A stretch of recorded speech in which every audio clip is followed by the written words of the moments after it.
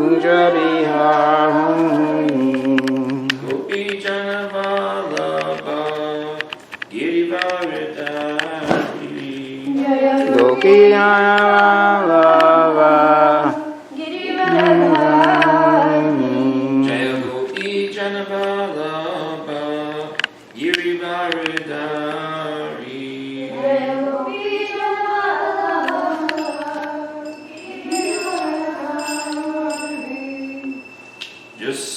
Yasodanandana Vraja Janaranjana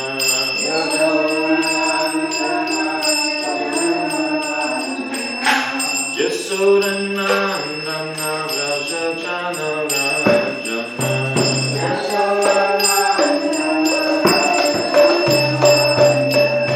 Jamuna Tira Vanachari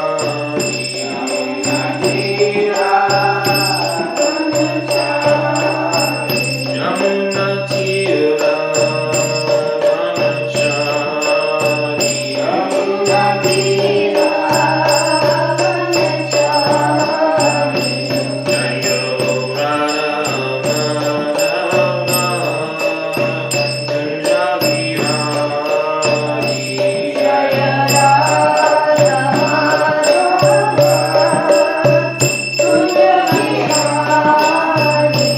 Jayo Radha Madhava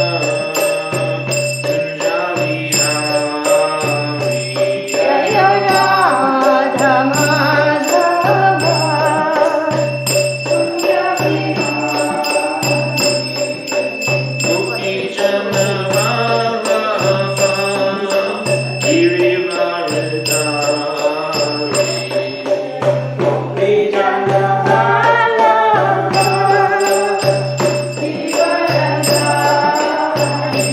Jaya Gopi Janavalabha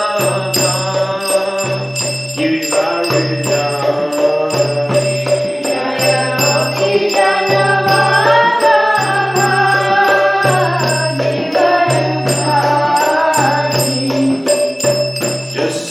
Yasodanandana Vraja Janaranjana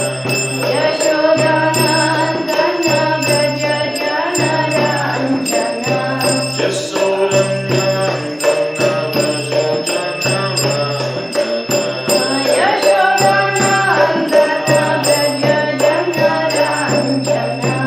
Jamuna Tira Vanachari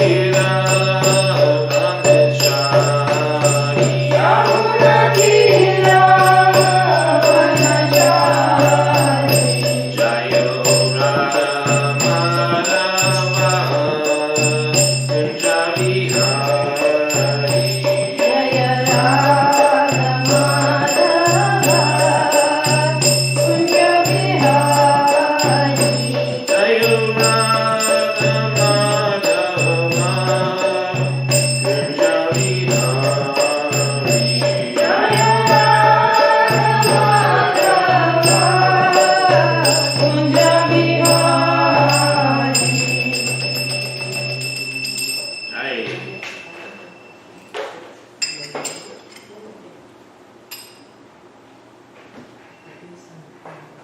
Om Namo Bhagavate Vasudevaya. Om Namo Bhagavate Vasudevaya. Om Namo Bhagavate Vasudevaya. Om Namo Bhagavate Vasudevaya. Om Namo Bhagavate Vasudevaya. Om Namo Bhagavate Vasudevaya. Reading from Srimad Bhagavatam, second canto, the fourth chapter, text 2. And is that one up there start with Atma? Yeah. Okay. Please repeat. Atma. Atma. Wait a minute, we should do the verse first, right? No, that's what we. Word by word? We do one word at a time, make sure everybody can say each Oh, word. okay, that's like, okay. Yeah. However you want to do it, I'm your servant. Atma. Atma. Jaya. Jaya. Sutagara. Sitagara. Atma Jaya Sutagara. Atma Jaya Sitagara. Atma Jaya Sutagara. Atma Jaya Sitagara. Pashu Drivena. I'm sorry, Pashu. Pashu. Drivena. Drivena. Banhushu. Banushu. Pashu Dravina Bandhushu. Pashu Dravina Bandushu. Pashu Dravina Bandhushu. Pashu Dravina Bandushu. Raje Kavik. I'm sorry, Raje. Raje. Kavi Kale. Kavi Kale. Nityam. Nityam. Raje Shavi Kale Nityam. Raje Javi Kale Nityam. Raje Kavi Kale Nityam. Raje Javi Kale Nityam. Virudham. Viruddham. Amatam. Mamatam. Jaho. Jaho. Virudham Mamatam Jaho. Viruddham Mamatam Jaho. Virudham Mamatam Jaho. Viruddham Mamatam Jaho. Atma Jaya Satagara. Atma Jaya Sagara. Ashudravina Bandhushu. Ashudravina Bandhishu. Raje Shavi Kale Nityam. Raje Javi Kale Nityam. Virudham Mamatam Jaho. Viruddham Mamatam Jaho.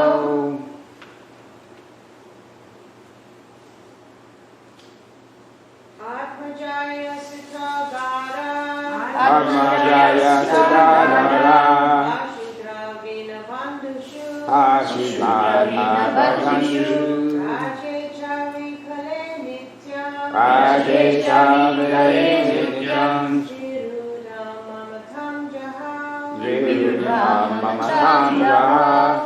Atma Jaya Sitagara. Atma Jaya Satagara. Pashu Dravina Bandeshu. Ashudravina Bandhushu.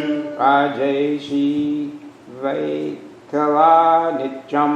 Raje Kavi Kale Nityam. Viruddham Mamatam Jaha. Virudham Mamatam Jaho. Atma Jaya Sutagara. Atma Jaya Sitagara. Ashudravina Bandhushu. Ashudravina Bandushu. Raje Chave Kale Nityam. Raje Shabekala Nityam. Viruddham Mamatam Jaho. Viruddham Mamatam Jaho. Atmajaya Sitagara. Atma Jaya Sitagara. Ashudravina Bandhushu. Ashudravina Bandushu. Raje Chavi Kale Nityam. Raje Shabekala Nityam. Viruddham Mamatam Jaho. Viruddham Mamatam Jaho. Is that everybody? Please repeat. Atma. Atma. Body. Body. Jaya. Jaya. Wife. Wife. Sutta, Sutta, sun. sun. Agara, Agara, palace.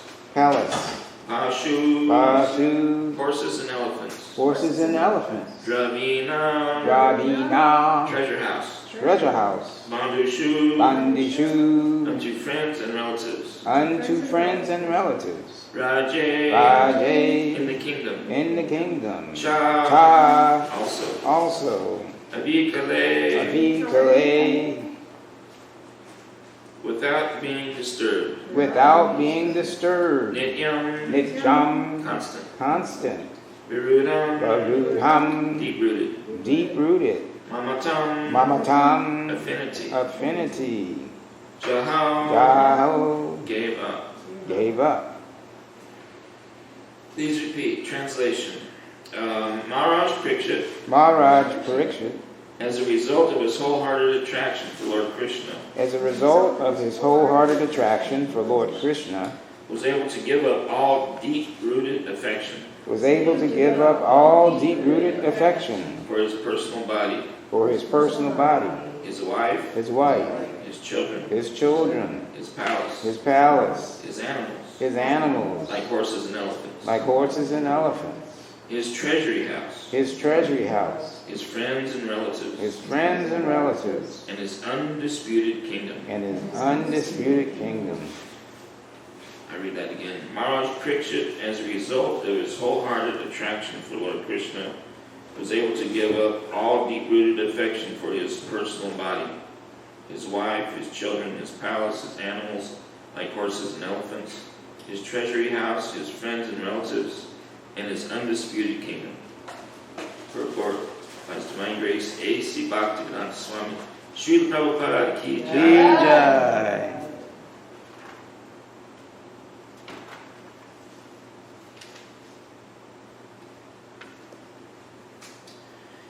To become liberated means to become free from Dehatma Buddhi, the illusory attachment for personal bodily coverings and everything connected with the body, namely wife, children, and all other entanglements. One selects a wife for bodily comforts, and the result is children. For wife and children, one requires a dwelling place, and as such, a residential house is also necessary.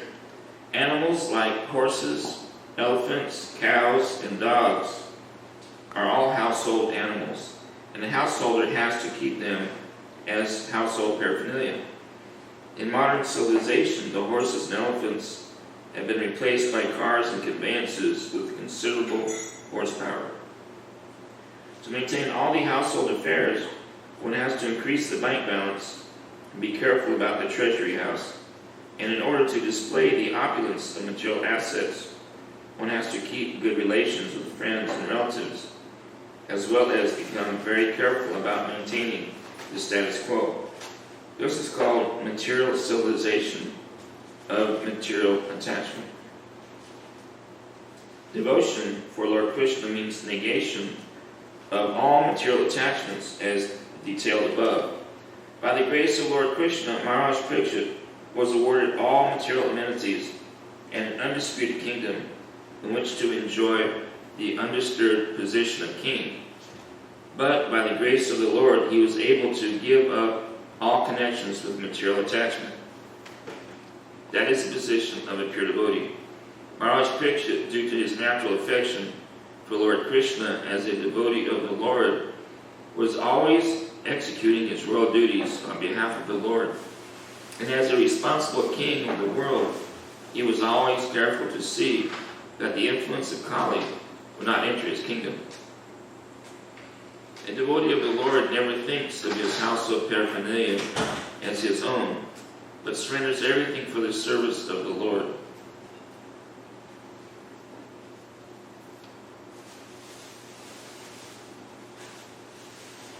Thereby, living entities under a devotee's care get the opportunity for God realization by the management of a devotee master.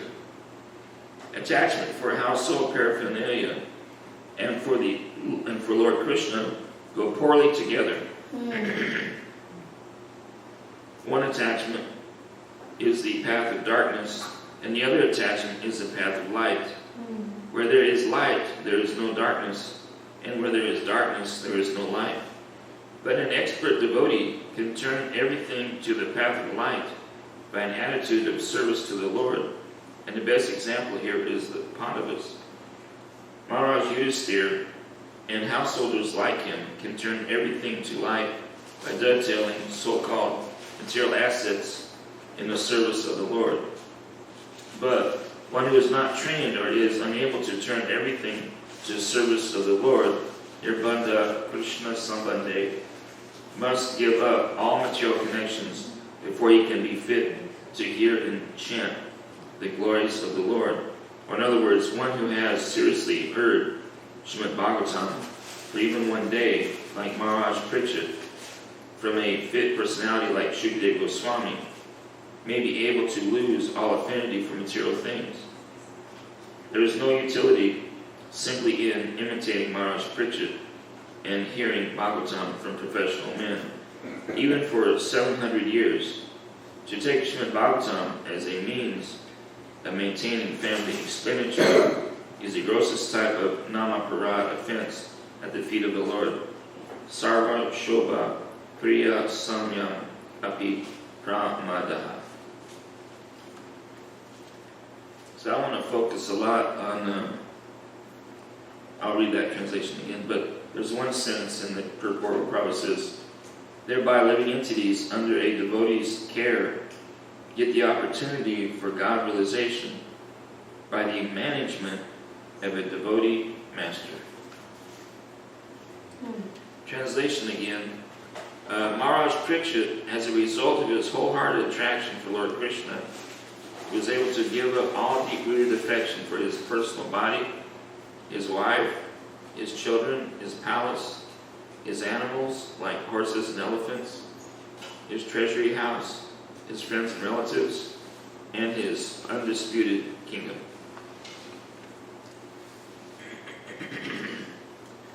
When I was growing up, we had the evening before or the next day at dinner. My dad was an engineer, so we would have a meeting, so we would know what projects we're going to do the next day. That's what our evening meal turned into, and it's to go see. But actually, our house was basically a temple. It had a temple room in the main part, meditation room, and we were trying to be vegetarians, Wow. So. And your father was a Christian, right? Well, actually, he loved Jesus Christ, but he would go to different churches and sometimes debate people. And he would take a little from each philosophy and religion.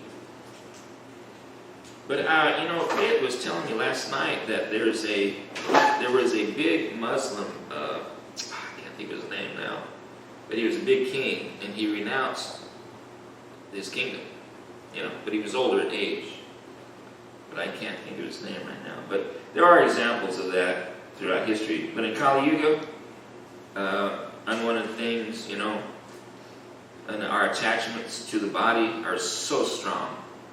But it's ridiculous. It's very much like wearing an astronaut suit and thinking that, I'm in this astronaut suit because I need this in the environment that I'm in. Well, I need this material body here, just like an astronaut suit, in this material on this planet Earth. But it's ridiculous to think that I am the astronaut suit, just like it's ridiculous to think that I am this covering I'm in right now. The knowledge is already there. I tell the karmis that when I'm preaching to them, I just share a little bit of knowledge with them. And I just tell them, I said, you are glorious. We're not ever saying that you're not, because you are a child of God. Because a lot of times they think they have to say something that makes them sound really spiritual. So you don't have to do anything like that to prove it to me. I already know, how glorious all of the entities are.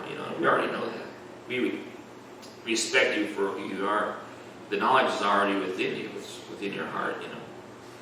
As a matter of fact, we have all the answers, and we can tell you where you live within your body.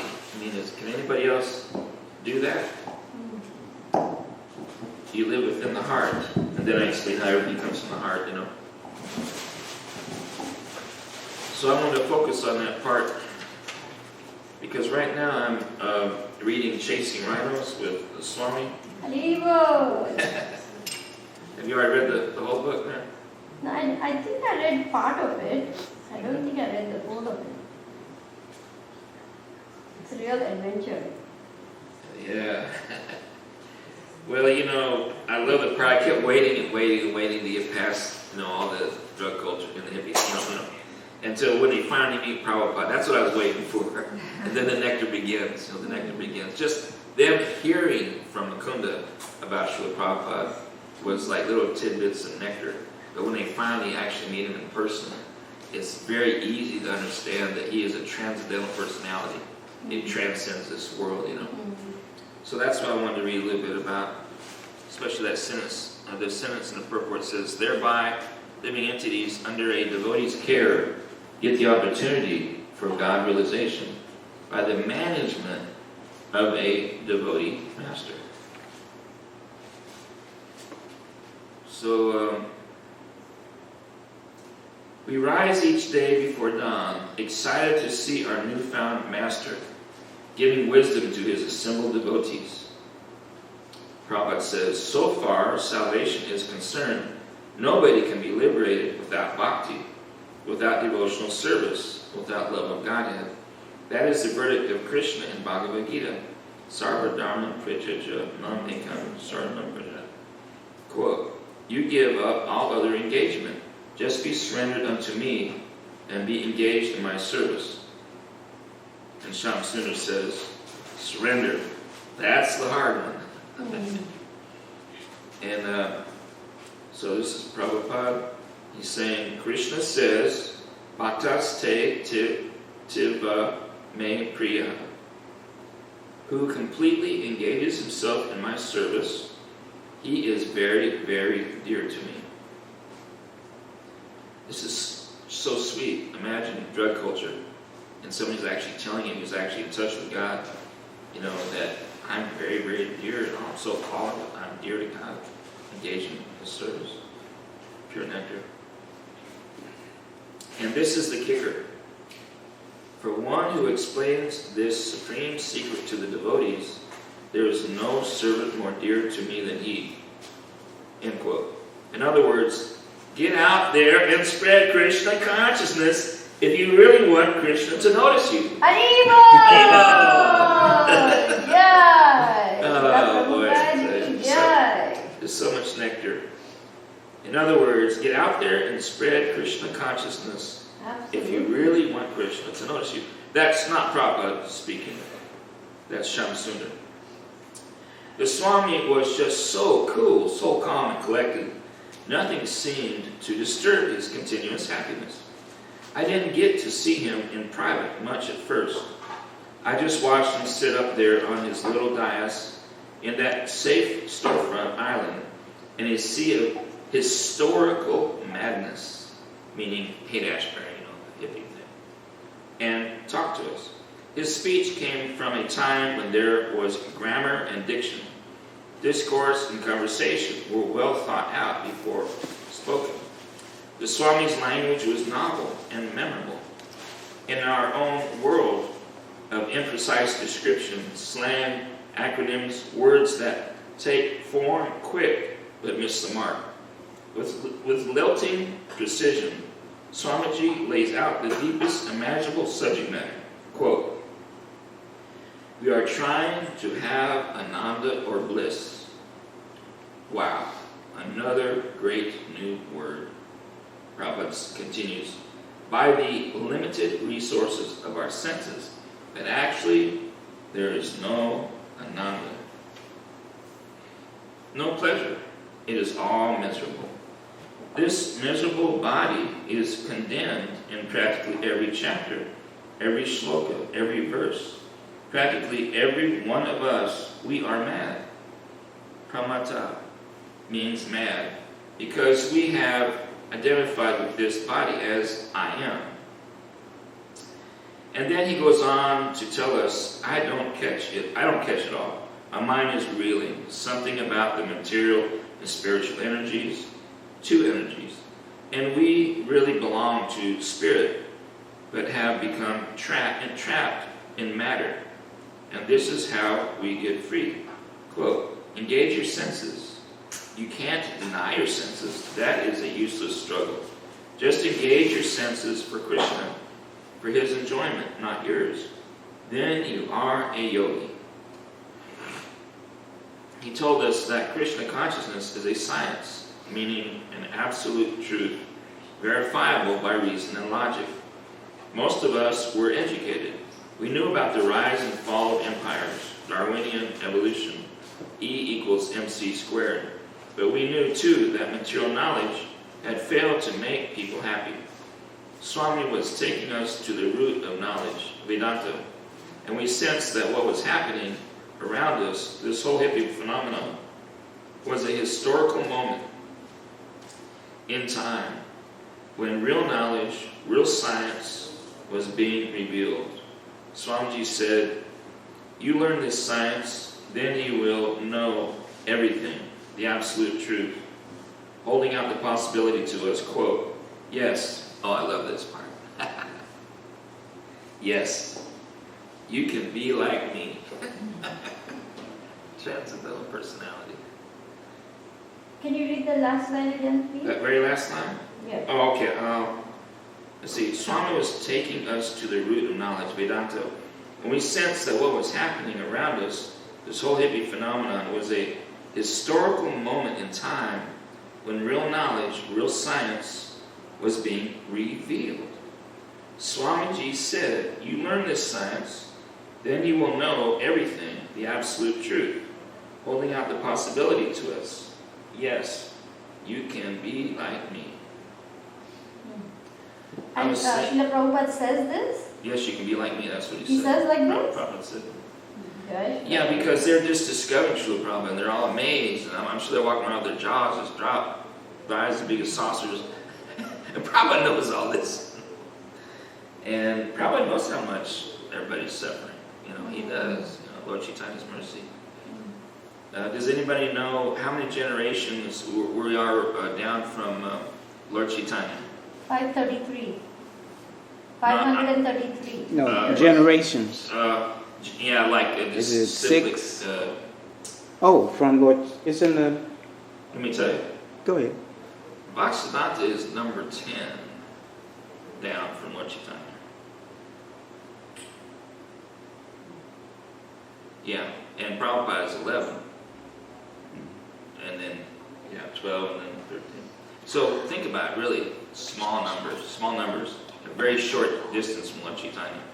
And we have a lot of responsibility, I had a dream one time, Hridananda Maharaj, and he was sitting there in the grass, and behind him were 2 disciples, behind him were 3 disciples, behind them were 4 disciples. It was like a pyramid, starting with Hridananda Maharaj. That was an actual dream I actually had many years ago. But I thought, what a beautiful way to understand our responsibility, Even though maybe none of us who actually have disciples, we still influence a lot of people,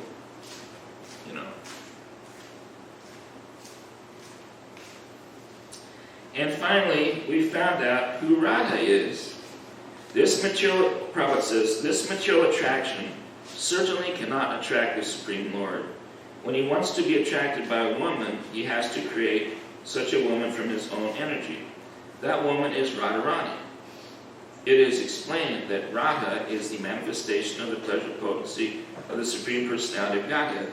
When the Supreme Lord wants to derive transcendental pleasure, he has to create a woman from his internal pleasure potency, Vaidini Shakti. Radharani is the tender-hearted feminine counterpart of the Supreme Whole, resembling the perfectional stage of the worldly feminine nature. Because Krishna wants to experience love, he creates Radha. And then Shamsundar says, it takes 2 to tango. Something like that. In other words, she is his girlfriend. It's almost too much to absorb all at once, but Swami speaks every morning for about almost an hour and 3 nights a week, and gradually pieces of the jigsaw puzzle begin to fall into place. Mataji, remember when you were going to the different places? and they had like the puzzles, 1,000-piece puzzles. They might have 3 or 4 of them. And with all the old folks repeatedly trying to put them together, pieces get mixed up with others, you know. So I still give that example when I'm out there talking to people. I said, we have all the pieces to the 1,000-piece puzzle. Have you ever tried to put a 1,000-piece puzzle together? Have you ever come across pieces that look like they should fit, but they just don't fit? It makes sense. It looks like this, but I don't understand it. It looks just like it should fit, but it's just not fitting.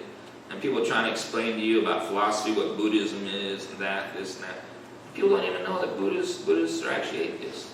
And most Americans think, oh no, they're nice people. They huggy, lovey, and be good to your neighbor, and all that.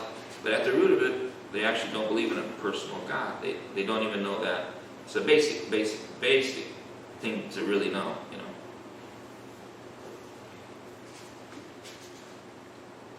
But I just wanted to let you know about that.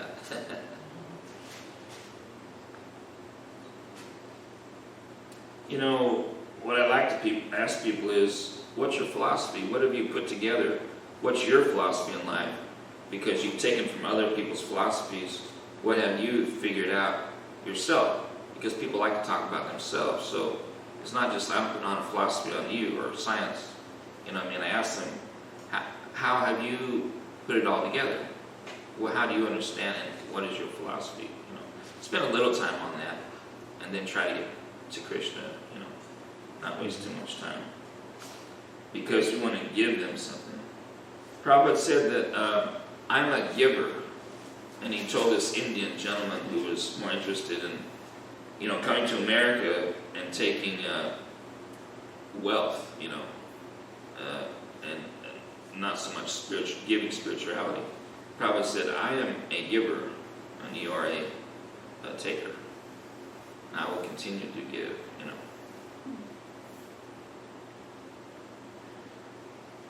know. And it's personal. He's speaking to me. Each person in the crowd feels that Swami is talking only to him. We're hooked. We're hooked. It's painful, this sitting on the floor, getting up so early, chanting on beads, without much sleep. But a new joy is kicking in. He described it so perfectly. A new joy is kicking in. And the neophytes slowly start relating with each other. Slowly we start relating with each other. Even though they are mostly people who have almost nothing else in common, they are becoming fellow Krishna devotees, students of one master. He makes everything so simple, so practical, using practical, logical examples. For example, referring to the austerity of spiritual life, quote, just like a sick patient, he is suffering so many symptoms of a disease. Doctor is giving him medicine. He is being treated nicely, but suffering is there. And then, what does the patient think? He has to tolerate because he knows that, quote, I'm going to be cured very soon, end quote. Rock Scully, and this is Rock Scully speaking. Who is that? He's kind of like a famous friend of Shamsundar. He might be connected to the Grateful Dead, I don't remember. I came down for a lecture or two, and met the Swami. I thought he was a nice, gentle soul. What he was teaching didn't seem all that different from what I was thinking anyway. So an older guy like that giving me good advice that seems just right, it was good. And well, he's the only guy from the Eastern culture who came and sat down with us and lived with us in Haight-Ashbury. So cool. Right off, one of the things I like best about the Swami, he made you laugh. And this is Shamsundar. Right off, one of the things I like best about the Swami, he made you laugh. He was always calm and content, sure, but more than that, he was jolly. Does anybody know that? When Prabhupada gave Hidananda Maharaj that instruction in the LA temple, Prabhupada was upstairs, he could hear the devotees laughing in class, and then later, Srila Prabhupada told him, yes, keep them jolly. I thought, well, that's wonderful. It's wonderful. Yeah, this is You don't have to feel bad about making the devotees laugh, you know what I mean? We're supposed to be so austere, true. But the spiritual world is a place of happiness. I mean, more than just happiness. Constant ecstasy. But Chaitanya was making jokes and making the devotees laugh all the time. Thank you, Mataji. And then there was one Swami in our movement, he passed to the next world with Srila Prabhupada. He was called Jolly Sridhar because he was always, His Holiness Sridhar Swami, because he was always cracking jokes and making everyone laugh. Oh, nice. It was called Jolly Sridhar. Oh, that's nice.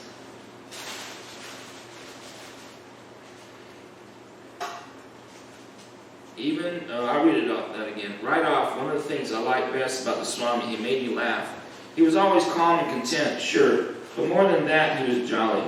Even discussing very serious subjects, there was often the play of a smile around his lips, a chuckle to make a point, chuckle by chuckle, building our inner glee. Then suddenly, the gaffa, the quick delight, and when he's really surprised by the overtly absurd, a full, rounded belly laugh trembles his body, tears streaming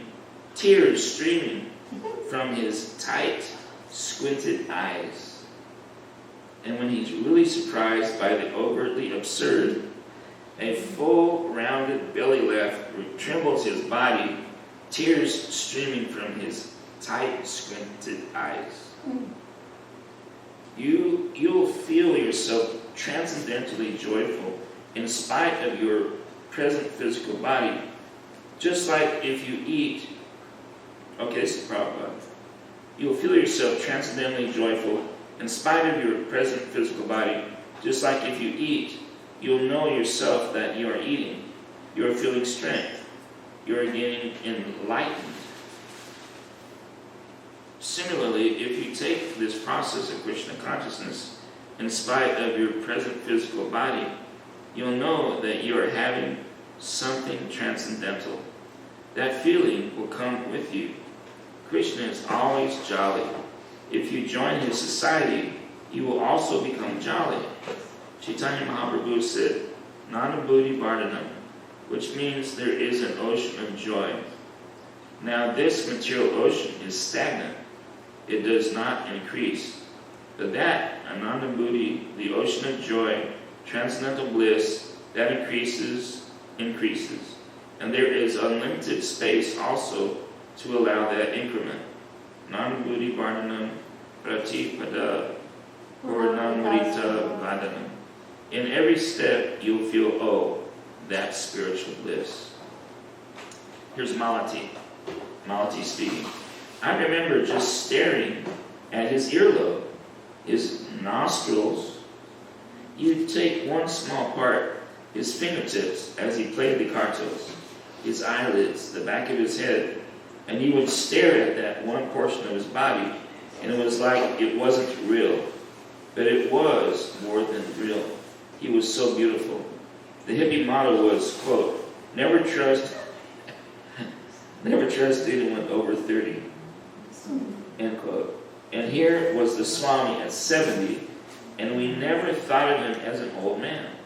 He would say it sometimes, I am an old man, but we didn't think of him like that at all. That was Malati. And the kirtans, that's Hisham Sundar. And the kirtans, that's what really convinced us. Those early kirtans would go on, starting slow, back and forth, building. If you searched through the noise, you heard absolute silence, hearts beating in rhythm, high vibration zinging, to a tremendous crescendo a half hour later. All of us were blasted out of our minds. Afterwards, Swamiji would intone a low Vedic prayer, like peace itself, and say, quote, thank you very much. He always put in. Yeah. Does anybody, I was trying to remember the other day, when I was a teenager, speaking of hippies, and I was thinking about some other things, like, the young Buddha, Khalil Gibran wrote the book, what is it? The Prophet. the prophet. Prophet, but Herman Hesse wrote Siddhartha. Siddhartha, that's what I was trying to think of. Herman Hesse wrote Siddhartha? Yes. Okay. Yeah, I used to know all that, but I haven't read those books since I was a teenager. You haven't missed anything. Yeah. Yeah, that's what I was going to say. Don't worry about it. Yeah, I know what you mean, because I picked it up in Barnes & Noble, and I thought, wow, this is not as enlightening as I remember it. Yeah, you know what I mean? After you read Prabhupada's books, there's just no comparison. But what I was trying to think of was, what were the words to, this is the age of Aquarius. It's the dawning of This is the dawning of the This is age. the dawning of the age of Aquarius. Yeah. Like I'm thinking Kali Yuga, maybe Lord Chaitanya coming. I'm trying to see if there's any connection there, because that was exciting. I was excited about that because I was really in a spiritual life, and it sounded optimistic, really uplifting. Astrologically, it was supposed But to I be. don't remember the exact words. Something Yeah. like brotherhood, peace, and Yeah. all these things. It sounded promising, Mm-hmm. But I guess if I looked up on the internet, I could It is find it. there. You can find the word. I guess if Mother Chapati was here, she'd probably know every word. A resident Mother hippie. who? I'm sorry? Mother who? Jai Putney. Oh, She's the resident hippie. hippie turned happy. Hippie becomes happy. Yes. That's afterwards. My studies on the hippies and visiting Haight-Ashbury, checking it out, just a day or so.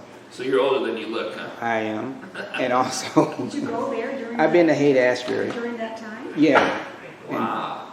And then it's got to be 60-something.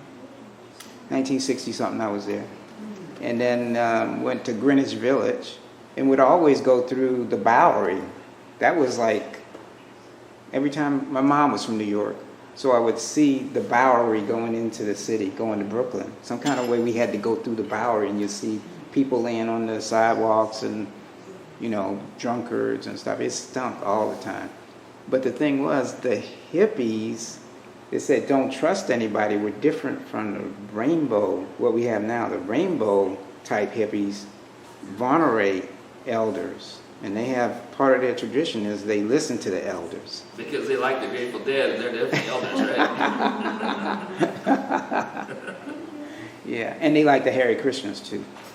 Yeah. They love the Krishnas. That's one thing 'Cause about some Shamsundar I'm devotees reading. want- I'm getting to know him by the book, really.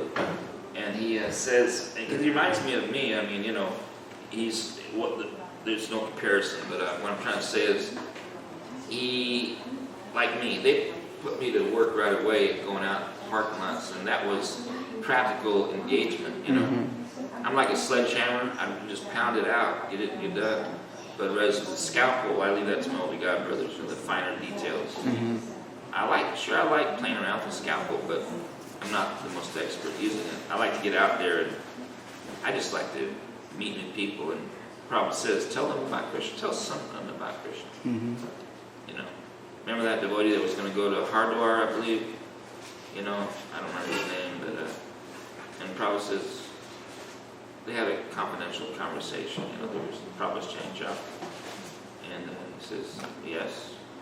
And he said, Prabhupada, I've been thinking about leaving here and going to Hardwar, maybe. That's what he said. And just getting away from all the monuments. There's so many monuments here, things like that. That Prabhupada contemplated. He was really quiet, and he said, please don't do that. I simply wasted, he said, wasted 12 years of my life sitting in Vrindavan. Just tell somebody about Krishna. You know what I mean? You know what I mean? Wow. Yeah. That was heavy. Anybody else have comments or questions? Yes, ma'am? When you're talking about Shamsundar, what came to my mind was that remembrance where Prabhupada was at the Jamuna, and then at first he wasn't going to go in or anything like that, but then he saw his loving devotees and he wanted to go in the Jamuna afterwards. And what reminded me of was that Shamsundar had the opportunity to make sure Prabhupada was okay. He was like holding him and making in when he needed to come back in or something like that. So he had such a Yeah, Shamsundar was narrating that, and he was laughing. There's Prabhupada, he's going in the devotees, he can't resist, you know. Anybody else have any comments or questions? This is really revelatory for me, you know, this particular purport about how one has to really even give up attachment for one's own body. Affection for one's Affection, body. yeah. We are so much into me. Yeah. But this is not who I am, as Prabhu said right in the beginning, astronaut suit, thinking that the astronaut suit is him. And that is, you know, one more step forward for us to, at least personally, myself to meditate on. Because as one starts withdrawing from the things of this world, one is still attached to the body. One's own body is very dear to one, you know, me. But this verse is, and purport is just a revelation that one must give up affection for one's own personal body and everything that's related to the body. And that is a big thing for me. It's like Krishna is talking to me today. Thank you. Hari Bol. Thank you for that, Manaji. Thank you. And then, Well- you know, like maybe we have some tiny understanding that we're not our body, but then we're not our mind either. And That's the right. next hurdle, for me anyways. Yeah, it's practically a daily prayer. I ask the Lord, please protect me in this body, and then I say, and please protect me from this body. Please protect me from this crazy, lusty mind, this crazy, lusty heart, these crazy, lusty senses, and you know what I mean? The Because enemy resides within. This is the city, 9 gates. because our mind is our best friend or our worst. It's us. We go out of the circle of protection of Krishna. See, we help one another. See, we help one another. You know, associating with devotees. By associating with devotees, we realize our own faults. You know, we become aware of our own faults, and we want to make ourselves better. You know, it's a beautiful process. It's so sweet. You know, and I mean, we're hopelessly lost in an ocean of faults, Kali Yuga. I mean, we're in the ocean with no one around to help us. I mean, imagine that. No one around to help us. And all of a sudden, someone shows up and throws you a life preserver, you know. And you can put one finger on it, the waves are going to pull it away from you. You can hold on with one hand and it's still going to get jerked away. But if you're real serious and you go up in the ring and hold on, then the spiritual master can pull us up over to the boat. And if we cooperate with getting in that boat, then he can take us to the shore, you know. If we cooperate with him, if we hang a leg over the side, we're just going to go in a circle. You know what I mean? I'm not able to understand this little part of the purport, if you can just expound on that. It says over here, one must give up all material connections before he can be fit to hear and chant the glories of the Lord. Yeah, I was thinking. So I was thinking to myself, how is that? Because we are all, at least personally speaking, I'm not, you know, completely giving up all this. But here we are sitting and hearing the glories of the Lord. So how is that, you know, to be reconciled? Because it goes on to say, one who has seriously heard Srimad Bhagavatam for even one day, like Maharaj Parikshit, from a fit personality like Shukadev Goswami, may be able to lose all affinity for material things. Yeah, are you toward the front or the back of the purport? What paragraph are you in? It's the last but one. Where there is light, there is no darkness, and where there is darkness, there is no light. But an expert devotee can turn everything to the path of light by an attitude of service to the Lord. And the best example here is the Pandavas. Maharaj Yudhishthir and householders like him, there it comes, can turn everything to light by dovetailing the so-called material assets in the service of the Lord. But one who is not trained or is unable to turn everything to the service of the Lord, Nirbandha Krishna Sambandhe, must give up all material connections before he can be fit to hear and chant the glories of the Lord. That might be that Prabhupada says, you know, real devotional service actually starts when we're, you know, truly liberated. You know, real devotional service. When we go to the spiritual world, then real devotional service really starts. You know, that in itself is an amazing statement too. that, oh, but this counts. This counts. This is kind of like rehearsal for the real deal when we get in the spiritual world. You know, we're getting to get trained up. We will get trained up. You know, I guess everybody's heard that we go somewhere where Krishna's pastimes, and we just want to be assistants to the gopis. What's that, Prabhu? The next sentence, I think you read this. It says, or in other words, did you read that one?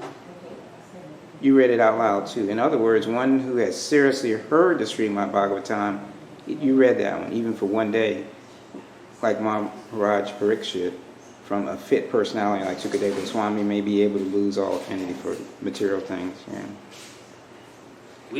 If we get the blessings of our spiritual master, miracles happen. You know? Could I finish that thought? Go ahead. This is interesting because it says you have to get rid of the material attachment and then you qualify to hear. But then it says or in other words, you hear and then you get rid of the material attachment. Do you see that, Mata? Because it's so purifying. Because then it says here, there is no utility simply in imitating and hearing Srimad Bhagavatam from professional limits even for 700 years. So the quality of seriousness and sincerity in hearing must be there. But it says otherwise even 700 years you just sit and sit and sit. And so you get it both ways in a positive way. You have to be qualified to hear, our minds, but as you hear, you get qualified. Our minds tend to gravitate toward, something that's complicated and everything. This is really but cool. Prabhupada always, his high quality is that he was able to take things like his Gurudev would explain things in a highly complicated way, but he can take those highly complicated subject matter, make it very simple and palatable for us to understand. Because, we can understand. You ever try to read not just some of the stuff he's written? I heard read it. a paragraph 3 times to get an This is understanding. very erudite. Well, thank you all. Thank you. Thank you very much.